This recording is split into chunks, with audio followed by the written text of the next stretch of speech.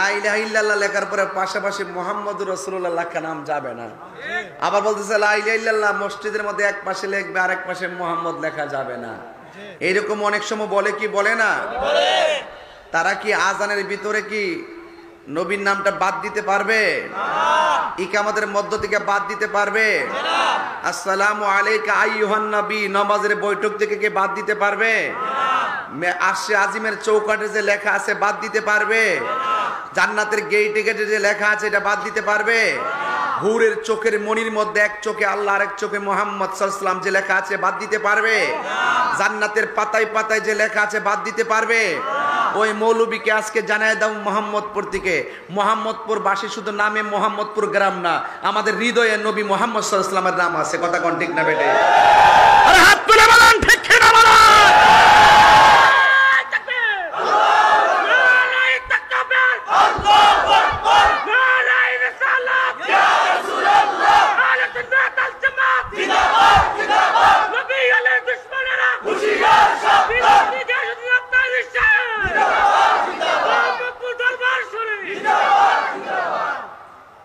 ভাইরা আমার, আপনাদের কাছে আমার অনুরোধ থাকবে, নবী ছাড়া কোনো ইবাদত কবুল হবে না।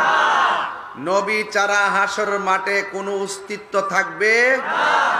নবী ছাড়া কবরে গেলে কোনো উপায় থাকবে না। কেন? আল্লাহ বলছেন আল্লাহ মানা নবী মানা নয়, নবী মানলেই আল্লাহ মানা হয়।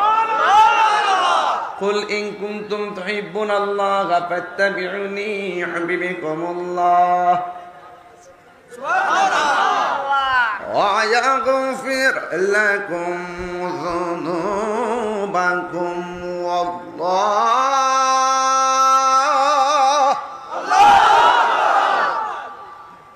ওয়াল্লাহু গফুরুর রহিম।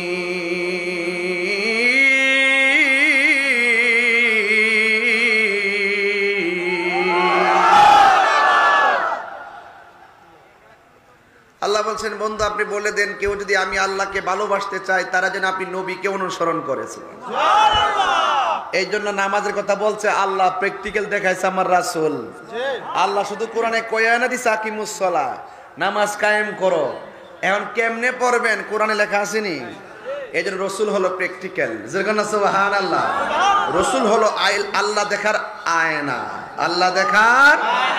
এই জন্য রসুল বলছেন সল্লু কামা রাআইতুমুনি উসাল্লি, তোমরা এমন ভাবে নামাজ পড়ো যেমন ভাবে আমি নবী নামাজ পড়ি। নবীকে তোমার ভালোবাসায় জীবনের গুনাহ মুছে যায়, ঠিক কিনা বলেন?